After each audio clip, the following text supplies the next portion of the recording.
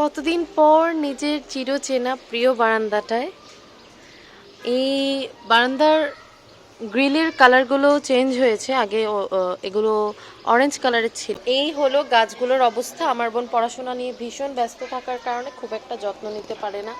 মরিচ শুকোতে দিয়েছে মা এখানে। আর এই যে হলাম আমি আমি ঘুম থেকে উঠেছি 10:30 এরকম সময়। উঠে ফ্রেশ ট্রেশ হয়েছি, সবার সঙ্গে একটু কথাবার্তা বললাম, এই আর কি। তারপর ভাবলাম একটু ব্লগটা শুরু করি। আর কাল রাতে আমি টায়ার্ড থাকার কারণে আমি এভাবেই চুলগুলো রেখে ঘুমিয়ে পড়েছিলাম। কাল শ্যাম্পু করেছিলাম। এখন দেখো আমার চুলের কি উস্কো খুস্কো অবস্থা। এবার আমি চুলগুলোকে একটু ভালো করে আঁচড়ে নেব, তারপর আমি ব্রেকফাস্ট করব, তোমাদের সঙ্গে অবশ্যই শেয়ার করব। বলো আমি কেন ব্লগ করি না, কেন ব্লগ করি না? ট্রু ফ্যাক্ট ইজ আমি নিজের চুলই আঁচড়াই না, আমি এতটাই অলস। তাহলে আমি ব্লগটা করব, যে এডিটটা করবে কে? আমাকেই তো এডিট করতে হবে। আগে আমার বোন এডিট করে দিত যখন আমি ঢাকাতে এক্সামের জন্য থাকি, কিন্তু এখন আমি আসি 2-1 দিনের জন্য, আর ঘুরোঘুরি করতে করতে আমার পুরো দিনগুলো চলে যায়। আমি বাসায় শুধু খাওয়ার টাইমটুকু পাই আর ঘুমানোর টাইমটুকু পাই, আবার বাসায় অনেক সময় খাওয়ার টাইমটুকুও পাই না, এরকম অবস্থা। এই জন্য আমি ব্লগও করতে পারি না ঠিকঠাক করে। এটাই হচ্ছে মেইন সমস্যা। তো এখন চুলটা আঁচড়ে নিই নাস্তা করতে, তোমাদের সঙ্গে দেখা হচ্ছে। যে এখানে বাপ্পি ব্রেকফাস্ট করে নিচ্ছে, বাপ্পি রেডি হয়েছে কোথাও একটা যাবে। প্রথমে চিতই পিঠা দেওয়াতে বাপ্পির মনটা খুবই খারাপ ছিল, এরপর আবার পরোটা ভাজি দেওয়াতে এখন একটু খুশি। দেখতে পাচ্ছ গরম গরম পরোটা আর ভাজি খাচ্ছে, এখন আমরাও খাবো। আর ঘুমানোর অভিনয় করছে। এই যে ব্রেকফাস্ট আমার, চিতই পিঠা, গুড়, পরোটা, আর পরোটার সাথে এই যে ভাজি, দুইজনকেই দিয়েছি। এখানে আমার বড় খাচ্ছে, আমিও খাবো। চলো খেয়ে নিই। আর আমার বোন পড়ছে আর খাচ্ছে, তাই ওর খাবারের ভিডিওটা দিতে পারলাম না।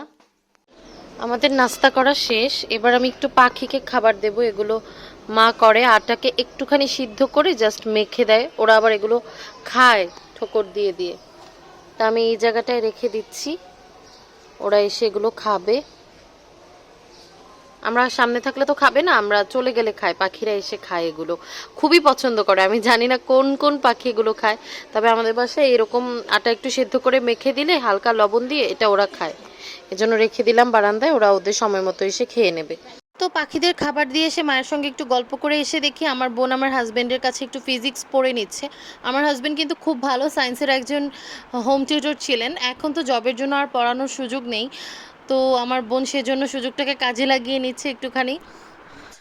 এত মজা! রসমালাই আমার খুবই পছন্দের, তবে কুমিল্লার মাতৃভাণ্ডারের হলে সেটা একটা কথা, তবে এটা ঢাকারই কোনো একটা দোকানের।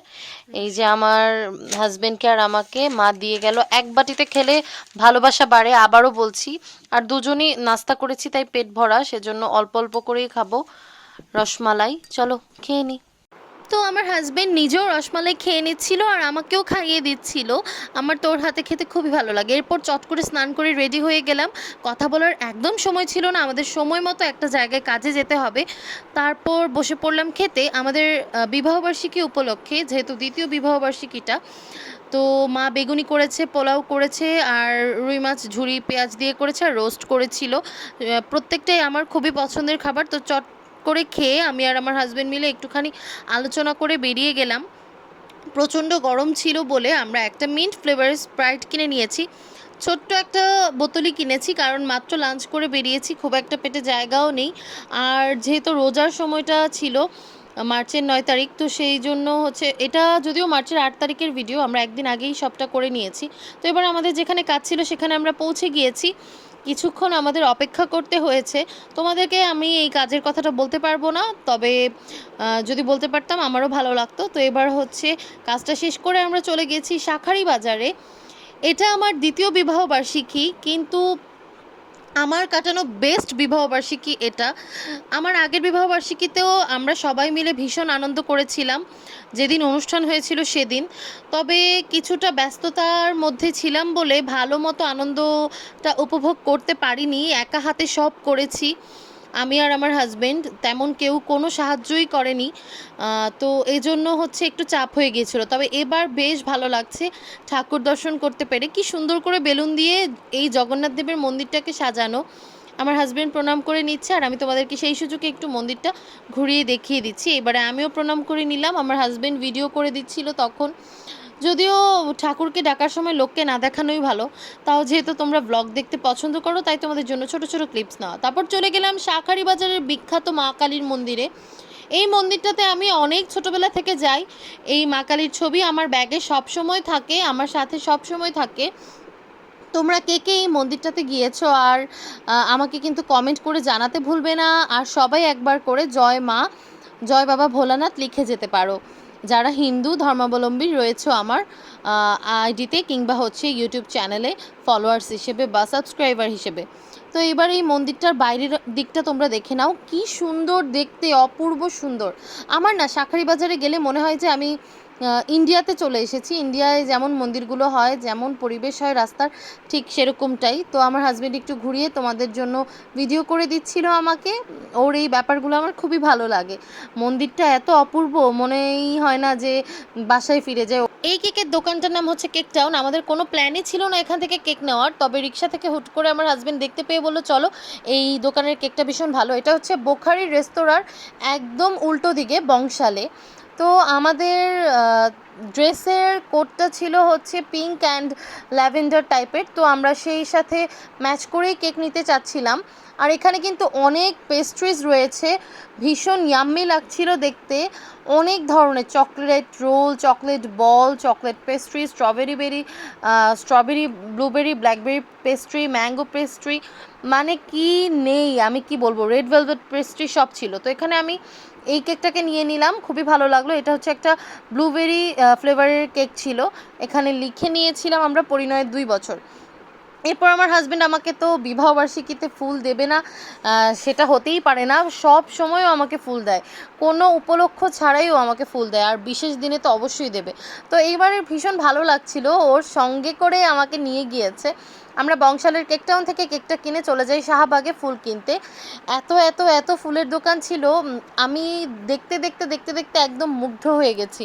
আমার তো ওই ফুলের দোকান থেকে আসতেই মন চাচ্ছিল না। আমার ফুল খুবই পছন্দ। দেখো কি সুন্দর, এই গোলাপের উপর করে গ্লিটারিং করা আছে, গ্লিটার দিয়ে দিয়েছে। তবে আমার মনে হয় কি, ফুলটা বাস্তবেই বেশি দেখতে সুন্দর লাগে যেমনটা থাকে, তার উপর আলাদা কারুকার্য করলে কিছুটা ভালো লাগে, কিন্তু ফুলের যে নিজস্ব সৌন্দর্যটা সেটা হারিয়ে যায়। তারপর ফুল নিয়ে আমরা বাসায় চলে এসেছি।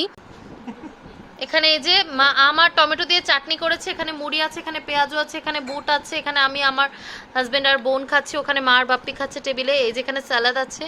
আর দিদা তো এসব খায় না, দিদা হচ্ছে মালা নিচ্ছে। দিদার জন্য নিরামিষ করা হয়েছে, দিদা মালা নেওয়া শেষ হলে খাবে, তো আমরা একটু খেয়ে নিই। যে এখানে মুড়ি মাখা হচ্ছে, এই মুড়ি মাখাটা কার কার পছন্দ বলো? ওর পছন্দ না, তাই ও এই যে আলাদা করে খাচ্ছে, আলাদা করে খাচ্ছে। আমি আর আমার বোন খাবো। নিরামিষ কলা দিয়ে খাও না? ও নিরামিষ বড়া, এটা পেঁয়াজি, এই যে পেঁয়াজ। ময়শ্চারাইজার দিয়ে নিচ্ছি, আমি ভয়েস ওভার দিব না। বাসায় একটু হইচই আছে, তোমরা প্লিজ একটু ইগনোর করো, আমি ভয়েস ওভার দিতেও পারি নাও দিতে পারি। তো ময়শ্চারাইজারটা দিয়ে নিচ্ছে আমার বোন আগে, আমি একটু ভালো করে মেখে দিই। ময়শ্চারাইজারটা আমার মনে হয় আর একটু লাগবে, ড্রাই হয়ে গেছে। অল্পই দেবো? আচ্ছা, আজকে আমি দিনের মধ্যে প্রায় 4 বার দিলাম ময়শ্চারাইজার। সকালে উঠে একবার ফ্রেশ হয়ে দিয়েছি, স্নান করে একবার দিয়েছি, আবার বাইরে যাওয়ার সময় একবার দিয়েছি। তো এই হচ্ছে, না না 3 বার দিয়েছি। স্নান করে আমি ডিরেক্ট বাইরে চলে গেছি, তাই একবারেই দিয়ে দিয়েছি। তো এখন হচ্ছে গিয়ে আমার প্রাইমারটা দিতে হবে, প্রাইমারটা দিয়ে তারপরে ফাউন্ডেশনে চলে যাব। এটা খুবই অল্প দিব, কজ প্রাইমারি মেকআপ হচ্ছে সুন্দর হয় না। বেশি প্রাইমার দিলে মেকআপটা উঠে চলে আসে, এজন্য অল্পই দিব আমি আজকে, যেহেতু ঘরের মধ্যেই হচ্ছে অনুষ্ঠান। এটা আমরা জেনেছি ক্লাস করার টাইমে।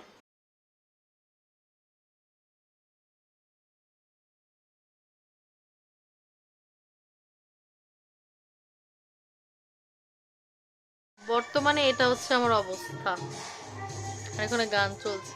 এরপর রাত 12টা বাজতে না বাজতেই আমার হাজব্যান্ড ফুল নিয়ে আমাকে উইশ করতে চলে আসে। আমি ভেবেছি ফুল তো কিনেই দিয়েছে, এত সুন্দর করে উইশ করবে ভাবতেই পারিনি। আমার আই লুকটা করেছে আমার ছোট বোন, আর বাকি মেকআপ আমিই করেছি। এই হচ্ছে আমার ড্রেসটা, এই ড্রেসটা আমাকে আমার হাজব্যান্ড গিফট করেছে। আর এখানে আমি ডায়মন্ড ইয়াররিংস পরেছি, আর একটা গোল্ডের চেইন পরেছি জাস্ট। আর হাতে যে চুড়িগুলো পরেছি এগুলো আমার বোনের, দেখলাম ড্রেসটার সঙ্গে একদম ম্যাচ করে গেছে তাই পরলাম। নেল পলিশও পরেছি ম্যাচিং করে। তো আমাকে কেমন লাগছে তোমরা কিন্তু জানাতে ভুলবে না। এটা আমার ফার্স্ট ম্যারেজ অ্যানিভার্সারি গিফট, এটা প্রথম বিবাহবার্ষিকীতে আমার বাপ্পি মা আমাকে করেছিল। আর এই জন্য এইবার এটা পরে নিলাম, প্রথমবার তো পরিনি, তো দ্বিতীয়বার পরে নিলাম গিফটটা, তোমাদের সঙ্গেও শেয়ার করে নিলাম। এই যে দেখতে পাচ্ছ, তো প্রথমবার তো আমি সাজগোজ করে ফেলেছিলাম, তাই দুলটা পরতে পারিনি, তাই আজকে পরলাম। এখন সবাই রেডি হয়ে গেছে। ওই যে বাপ্পি বলছে কয়টা বাজে, বাপ্পি এখন নতুন করে ঘড়িটাও টাইমটা দেখতে পারে না, কি বলবো তোমাদের, আর ঘড়িটা দেখতে পাচ্ছে না, বলছে কয়টা বাজে। তো এখন এখানে দিদা আছে, দেখো দিদা, এই যে দিদা আছে আমার সঙ্গে ম্যাচিং করে পড়েছে। এখানে বাপ্পি আছে দেখতে পাচ্ছ তোমরা, এখানে মা আছে, আর এখানে সবকিছু রেডি করছে আজকে। যাও, এই যে হচ্ছে কেকটা, তোমাদেরকে তো দেখাতে ভুলে গেছি, এই ফুলটা আমাকে দেওয়া হয়েছে, আর এই যে ডেকোরেশন। তো চলো এখন কেক কেটে ফেলি। আসলে আমি আমার বাপ্পির সামনে বলতে লজ্জা পাচ্ছিলাম যে ফুলটা আমাকে ও দিয়েছে, তাই বলেছি যে দেওয়া হয়েছে, এটাতে কেউ মাইন্ড করবে না। এরপরে বসে পড়লাম কেক কাটিং করতে। তো সবাই হচ্ছে হাততালি দিচ্ছিল, আর বাপ্পি যা মজা করছিল।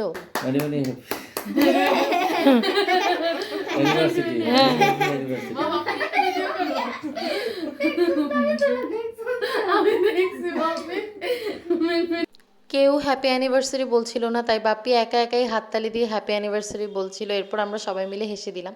কেক কাটা হয়ে গেল, ও আমাকে খাইয়ে দিল, আমাকে খাইয়ে দিলাম। মোমবাতি ফু দিতেই মনে নেই, তারপর বাপ্পি মনে করিয়ে দিল, মোমবাতি ফু দিলাম। এরপর বাপ্পি চলে এলো আমাদেরকে ধান দুর্ব দিয়ে আশীর্বাদ করতে, সাথে মাও চলে এলো। আমরা খুবই মজা করি সবাই যখন একসাথে থাকি। তারপর একে একে দিদাও আশীর্বাদ করেছে, সবাই গিফটও দিয়েছে। এরপর বাপ্পি কেক খাচ্ছে, এই যে আমার ছোট বোনও কেক খাচ্ছে, আর এখানে এই যে আমার হাজবেন্ড আমার মাকে কেকটা দিচ্ছে। এরপরে আমার বোনকে ক্রিমগুলো দিয়ে দিচ্ছে, আর এই যে দিদা আছে এখানে, দিদা তো কেক খায় না, তো দিদা শুধু এনজয় করছিল আমাদের সঙ্গে। আমার বোন যে কিভাবে কেক খাচ্ছে, সবাই কেক খাচ্ছে, আমিও এখন কেকটা খাবো। একটুখানি জ্বরের ওষুধের গন্ধ আছে, কিন্তু ভালো,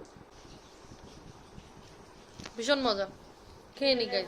এরপর আমার আদরের ছোট বোন আমার জন্য গিফট নিয়ে চলে আসলো। একটা হাতের আংটি খুলে ফেলছি এখন এই গিফটটা পরার জন্য। আমার এত পছন্দের একটা জিনিসও দিবে এখন, আমি এত খুশি হয়ে যাব। কি সুন্দর আংটিটা, আমার অনেক ইচ্ছা ছিল এরকম একটা। এটা কি তুমি আমার জন্য এনেছো? কোথা থেকে? ক্যালকাটা থেকে। ওয়াও, দেখো কি সুন্দর। তোমরা কমেন্ট করে জানাও, দিদা অনেক সুন্দর। এই যে ইন্ডিয়া, ক্যালকাটা। তো দিদা বলো, আজকে তোমার কেমন লাগলো আমাদের দ্বিতীয় বিবাহ বার্ষিকীতে থাকতে পেরে? প্রথমটায় তুমি ছিলে না। প্রথম বিবাহ বার্ষিকীতে আমি ছিলাম না, এবার থেকে আমার অনেক খুশি খুশি লাগছে। হ্যাঁ, দিদা আনন্দ লাগছে। দিদা আমার ইউটিউবে এবার দ্বিতীয়বার এলো, এর আগেও এসেছিল, আমরা মন্দিরে গিয়েছিলাম নিমতলা তখন। আজকে দিদার খুব ভালো লাগছে, আমরা ম্যাচিং করে পড়েছি। তো আমাদেরকে কেমন লাগছে বলবে। অনেকেই বলে আমি নাকি দিদার মতো হয়েছি দেখতে, তোমরাও জানাবে আসলেই কি তাই কি। আসো, এখানে আমার ছোট বোন আছে। পর আমরা তিনজন একসঙ্গে ছবি তুলে নিলাম। তো গাইজ, এই তো আমরা ছবি টবি তুলে নিলাম। এখন সবাই বেলুনগুলো নিয়ে কি করবে সেটাই ভাবছে। বেলুন ফাটানো হচ্ছে। কমলা বেলুনটা তুমি চাইলে ফাটিয়ে দিতে পারো দিদা, তোমার যদি ইচ্ছে হয় ফাটিয়ে দাও। বেলুনটা ফাটিয়ে দাও।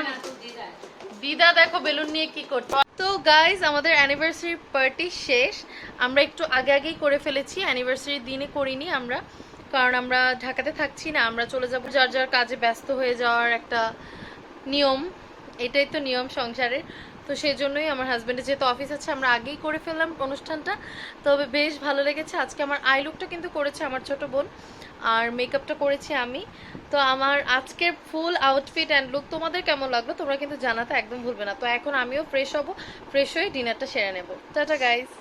দুপুরে যা রান্না হয়েছিল তা দিয়ে ডিনার সেরে নিলাম। Thanks for watching.